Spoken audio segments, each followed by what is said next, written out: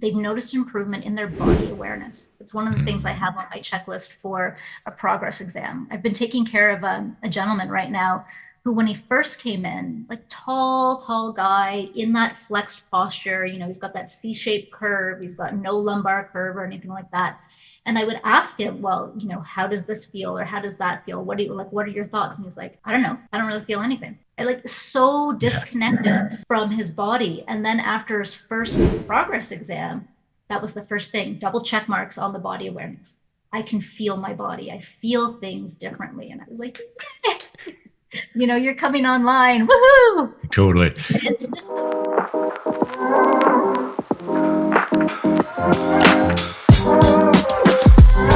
Hello, everybody, and welcome to another episode of the Informed Chiropractor. This is Don McDonald, your host.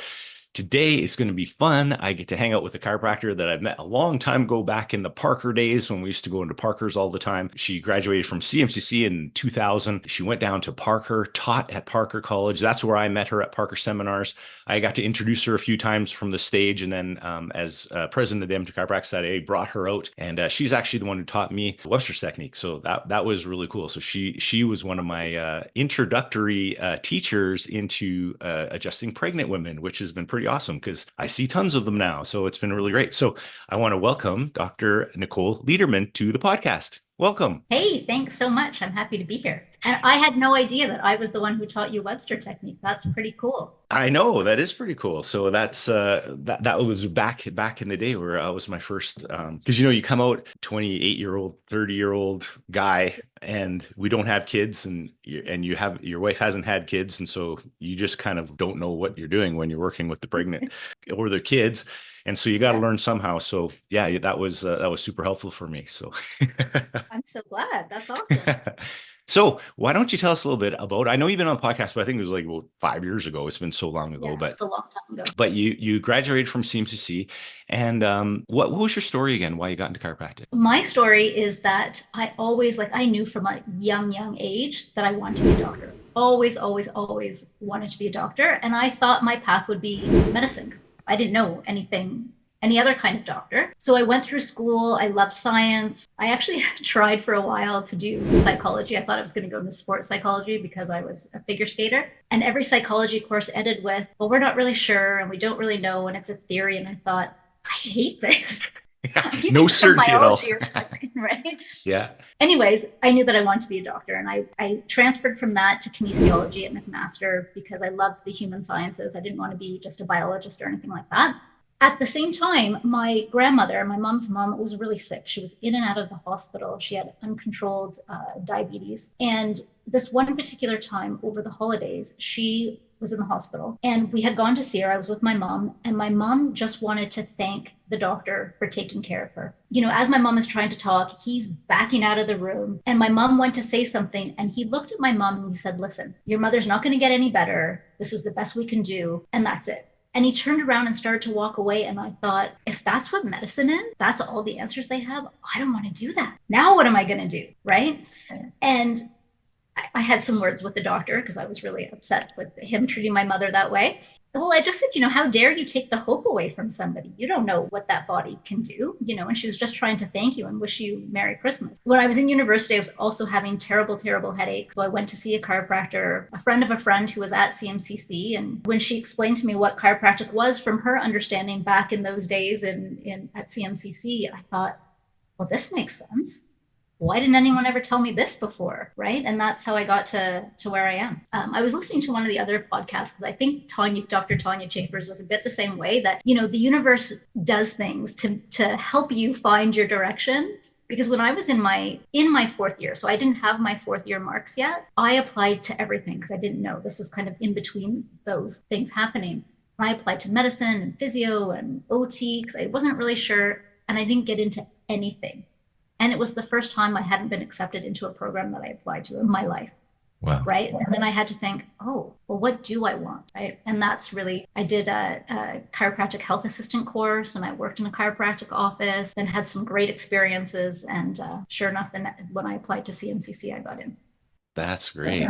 And so was your experience pretty good at chiropractic school?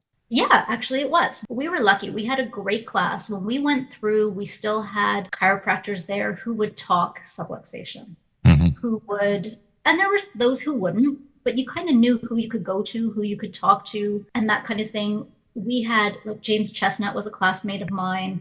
And so he really fought hard for us with being able to keep using that verbiage when the clinic wanted us not to use it. And he came with a stack full of research papers and challenged the research department. And they did back down and let us, continue using our language. It was back in the day where we still had friends in chiropractic. So we had Cliff Hardick come to the school. We had Pat Gentempo come to the school. We had Christopher Kent come to the school. And all these people were still allowed on campus at the time. So we had some really great people come out and educate us about what the history and the philosophy and the art. I think it was second year, when you're taking all the ology this and ology that and everything, you're like, how the heck did we get born without three heads or anything like that? You could really say, I don't want to do this. This is awful. But that's what kept us going. We had in our first year, I think there were 5 of us who went down to Dynamic Essentials in Georgia, in Marietta. They were so impressed that we all drove down that the next year, Dr. Sigafoos's son, Chris Sigafoos, paid for 2 suites for us. And we went back down with about 30 students. Wow. Yeah, it was amazing. Then it's like all the doctors would take you under their wing and they would teach you how to adjust, and they'd stay up till 2 a.m. with you talking philosophy in the bar. It was great. Those were always my good memories of school too, is when the chiropractors would go and they'd, take you. So I always try to do that too. If we're anywhere and we see some students, we want to take them out. Let's mingle. Let's talk chiropractic. It's always pretty fun. Right. So how did you get to Parker? Well, I started dating my husband, Matt, who you know. Yep. And he decided that he wanted to also go to chiropractic school. Mm-hmm. And I've been listening to On Purpose tapes. We heard Dr. Mancini on a tape, and I thought, he should listen to this. So Matt listened to it and said, hey, I'd be really interested in learning more about Parker. And then, of course, the universe works. So a month later, I think, Dr. Mancini was a guest at the Peel Society Chiropractic. So we went to listen to him. And literally the first thing that he talked about was, if you're a Canadian student, we have a program for you and we can help you financially get down. So we're like, okay. And then, back in those days, they would pay for a hotel room overnight so that you could come and check out the school. So Matt and I went down and we had a tour of the school, and Dr. Mancini came out of his office and said, how can I help you guys get down here? He remembered us. He remembered our names. He was a great, charismatic president. Yeah. Remembered our names. And he said, so how can I help you? And me being me, I said, I need a job. You can give me a job, right? So he was like, okay, well, let's see what you can do. And then I didn't hear anything for a long time. And all of a sudden, I was teaching for Irene Gold while I was practicing. So Irene knew the dean of the clinic then, Dr. Ken Thomas. And so through that connection, through Dr. Thomas and Dr. Mancini, I was invited to come and do a guest lecture. And they liked me, and they hired me. And that's cool. So what did you teach when you were in school? So when we first got there, I was clinic professor in the student clinic. So I was basically helping the students who were just learning how to adjust, like the middle trimesters, and learning how to take care of other students. So they weren't allowed to adjust the public yet, but they would take care of lower class students and their families. Mm-hmm. So basically I was a clinic doctor, helping them like manage a case, come up with the proper diagnosis, soap notes, how to adjust, right, exams, all that kind of stuff. And then I started doing some guest lecturing in the pediatrics and OB-GYN course. The students loved it so much when I would fill in that they said, hey, we would really like Dr. Leaderman to come and teach us. So then I was offered a pediatrics class, and then they asked me to start teaching a diversified class because, again, everybody was like, hey, she's not even 5 foot tall. How does she do that? So they wanted me to teach that course, which I did. And it was a lot of fun. I ended up getting to do technique courses like Gonstead, SOT. I learned so much. Yeah. And then I also helped in OB-GYN, and I taught pediatrics, and wherever they needed me, I went, and it was fun. It was fun to learn different things. How many years were you down at Parker speaking? 11. 11 years. 11, yeah. We went with the intention of 5 years max, and then 11 years and 4 kids later, I thought, okay, it's time. It's time to do a change. So we came back to Ontario. So it must have been pretty rewarding, though, just like having so many students go through your classes. Do you still kind of hear from some of the students or stay connected to some of the students you taught when you're there? Yeah, I actually do. I'm in contact with quite a few of them. Of course, Facebook is wonderful for that, and still reach out to me all the time. I actually have a new colleague here, Dr. Jill, who practices when I'm not here. And she actually was a student of mine at Parker. She moved back to Waterloo. So now she's practicing in my office. Cool. Yeah. And it's actually one thing that I miss. I never thought that I would miss it, but I do miss teaching the students and seeing their eyes light up when they get something or that first adjustment. And, Well, I always remember when I was in chiropractic school, because my chiropractor was very subluxation based and all the possibilities of chiropractic care. And then when you get into school, even when I was at Palmer, you still had some professors that were poo-poo, there's no research, blah, blah, blah. But then you'd have some that were like, they would talk your language and you would light right up, because it just like that. I think that's the cool thing, is you're not saying you're curing everything or you're curing all conditions and stuff like that, but you're actually creating possibility. Kind of like your story with the medical doctor. We don't know, but there's hope that we can still improve. We don't know how much we can improve, but I would say it's a little bit like getting in shape. If you go to the gym and work out, if they say how in shape can you get, we'll say I don't know, but you'll definitely get in better shape than you are now. Right, that's right. And I think, part of the challenge with the schools is that they're confined by the groups that they have to answer to, the CCE. You have to have, it's obviously going to attract some of those clinicians that are going to be more in that line. Mm-hmm. And that's just the way it is.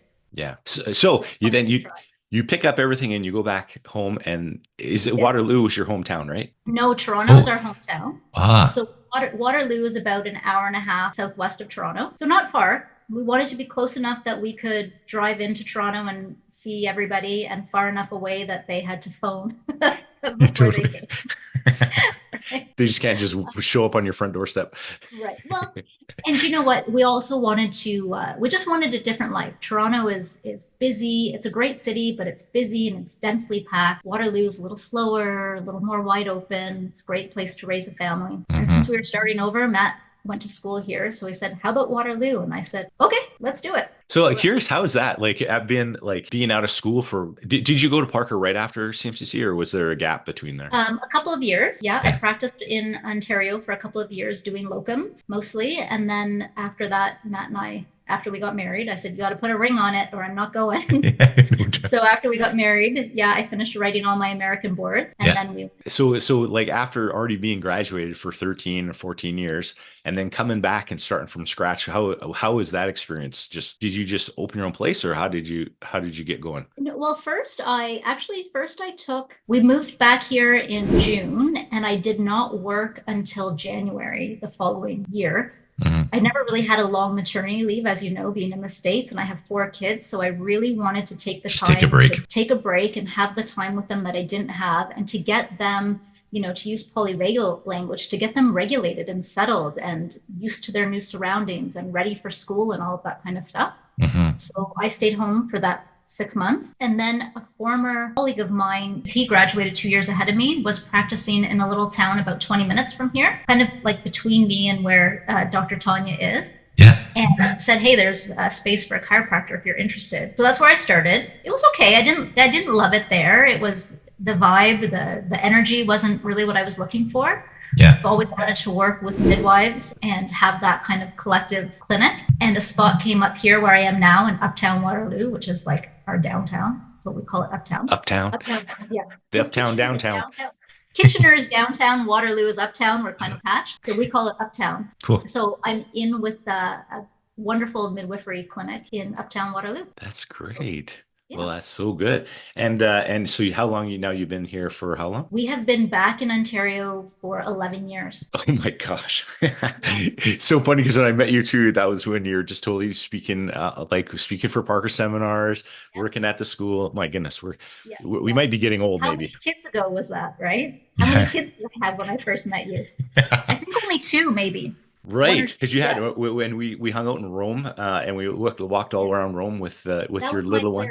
That was your third. Okay. Third. Yeah. So just brand new, fresh baby, all like in plus 40, walking around Rome in the hot day. Old. She was 6 weeks old. Yeah, totally. That was great. So that just brings us to what's coming up, is that you love teaching and you love speaking. And I had you to Edmonton because you did a great job, like listening to your Parker seminars. And we came up and did a program in Edmonton. So we are doing our Informed Chiropractor Super Conference in Toronto on December 7th this year. And we were like, let's get a little bit of a different vibe, because like I've been teaching technique and we're realizing how important it is just to kind of brush up on the technique.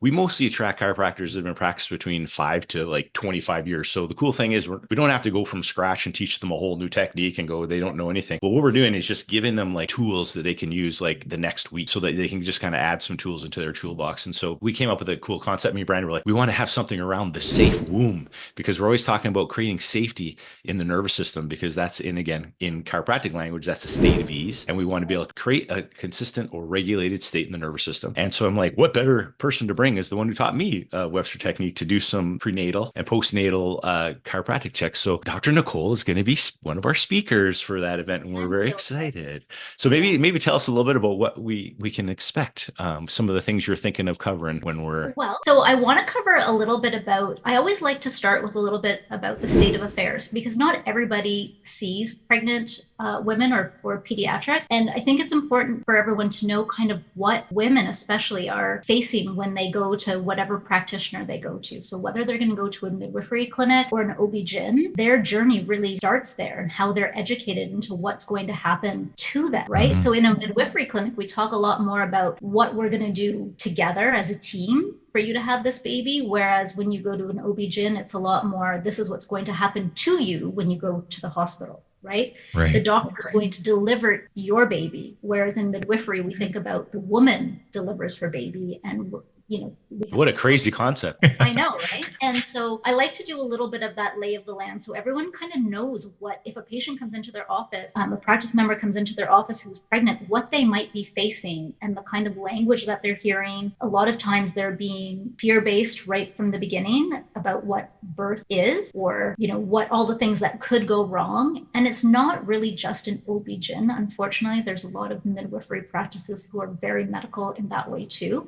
So I think that's important to talk about that, so you know kind of where your practice member is at. And then we're definitely going to cover creating ease and space in the womb, right? How to help moms help their body get the baby into that most optimal position for a safe, I wouldn't say easy birth, because it is labor, but the easiest birth that you, right? And that we know that, we'll talk about this also, the more that mom is regulated, the more that baby before they're even born is regulated. And we know through science about how stress receptors are generated. And if mom is stressed, especially in that third trimester, baby is going to be born with a higher ability to be stressed, right, at a lower threshold. So we want to talk about those things. We want to talk about what soft tissue kind of work we can do to help moms at ease. It's one of the things I love about polyvagal theory and bringing it into chiropractic, is that when you put your hands on someone and you feel that tension and the tissues relax, it's like being given consent from their body. Right? So we ask for consent all the time, and anybody educatedly can say, yes, I give you the consent to adjust me. But it's not until you feel those tissues relax that their body is actually giving you consent to work on them. So when you start with that and you talk about that and you acknowledge it and honor it, then you can really get some amazing work done with moms as a co-regulator and helping them learn their body and their cues. So that's what we're going to talk about, and that's what we're going to learn. Oh, we're going to love. I love that. I would say we're almost like I feel like I'm a tour guide, bringing their brain back into their body and just like having them do. I call it the walk around. Like when a pilot takes off from a plane, he has to do a walk around to make sure his plane's in good shape before he goes. Yeah. Sometimes just from trauma or just the way they've been in the past or built up stress, as they kind of a lot of times dissociate from their body. Dr. Jeannie Ohm, when she was talking with Brandy one time, she said one of the challenges the women come in with a picture of their ultrasound or something, and they go, "This is my baby," and they show it up on the wall, and then she's like, "No, this is your baby," and she like touches their stomach. Yeah. Yeah. Because it's like, it's actually inside of you, and being more connected into the body is kind of the whole target with the polyvagal theory and chiropractic. It's the brain body connection. And that's why it's such a nice little link where it's just slightly different language. Funny thing is the polyvagal theory and Dr. Stephen Porges and all those guys don't realize that we have like basically a super highway through chiropractic care, that they don't even know that we're like we're the ninjas of regulation. Like we can change the neurological state faster than any profession on the whole planet. So, but I think it's so cool because like, even if you can take a 30-some-year-old male that doesn't have kids, that never really was comfortable around kids. And then now I see just tons of kids and tons of pregnant women. Like anybody can just kind of get those skills and just be a little bit more prepared so that you just feel a lot more comfortable. Because some people might not feel comfortable seeing practice members that are pregnant, or they see them, but they just want to be a little bit more equipped. And so I think that's why I wanted to do this, just so we can sharpen the saw on some of our skills. It's going to be great. I was going to say two things. One, I actually get quite a few referrals from chiropractors, and I love this, the chiropractors who say that I'm not comfortable taking care of you during your pregnancy, so go see Dr. Nicole, she'll take care of you. And I have no problem doing that and then sending them back once they're done with their pregnancy care and they want to go back to their former chiropractor. I have no problem doing that.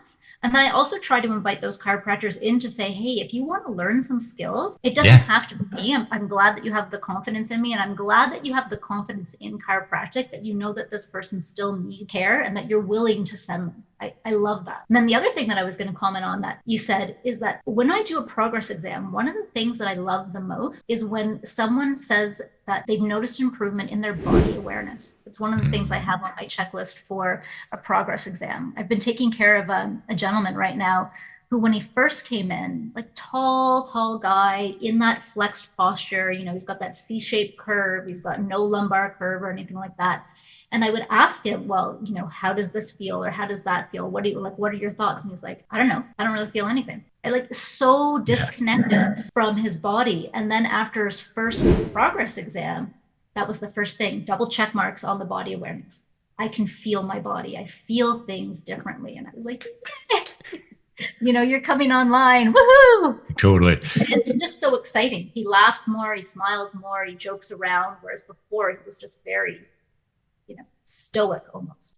Yeah. And I always say that was why in the past, you'd often see people come in and on the first visit, like even the staff up front were like, that person's a jerk. Like they're not very enjoyable to be around. And then after, a couple of visits that you're like, who the heck is that guy? Cause like we all know about the social engagement system and all those cranial nerves that help with communication that cannot come online if our body is detecting danger. And so like it changes their whole life because their communication is better.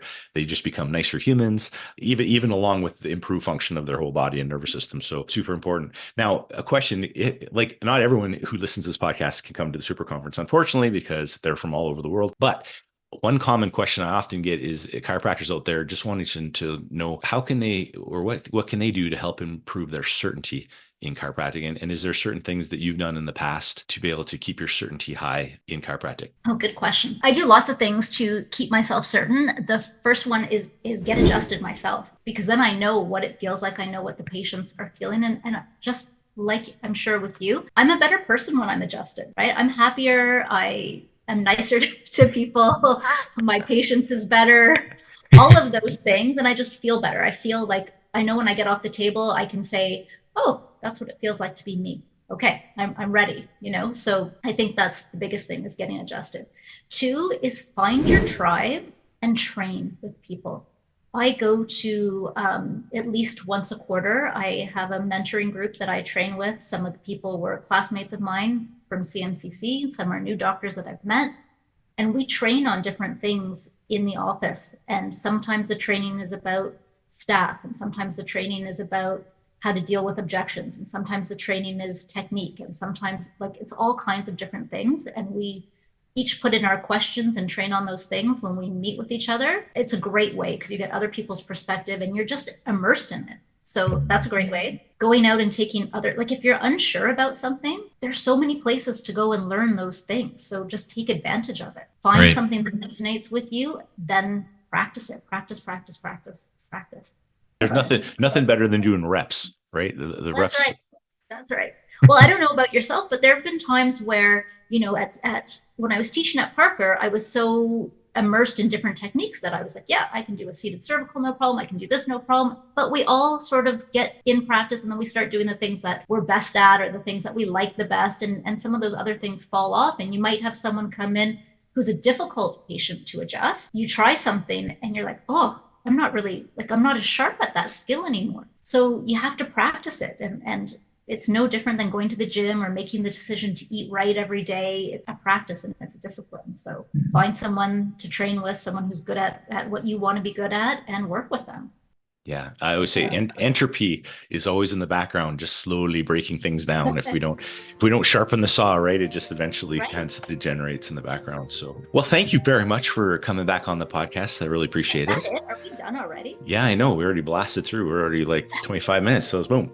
It's like boom, boom. It goes so fast. But I'm very well. I'll see you in Montreal, and then we'll see you in Yes. and we'll see you in Toronto. So anybody out there that's interested that would like to come, like at the same time that Dr. Nicole's speaking, Brandy's doing a breakout for the chiropractic assistants with Dr. Peter Gavorkian. So it's a whole staff event, so the chiropractors can sharpen up on their pregnancy adjusting and their knowledge on that while they're getting the staff are getting sharpened their saw on communication strategies and why chiropractic is so important. And all of the information can be found at the informedchiropractor.com. So if you just go to the base page, you can kind of click on that one and find out the registration. We're already almost halfway sold out, so we got a few months left, but just wanted to kind of get the word out there. And for anyone who hadn't met the amazing Dr. Nicole, we wanted to give her a feature so that you can see all the good things she's going to bring. So in closing, is there any last words of inspiration you'd like to leave our listeners with today?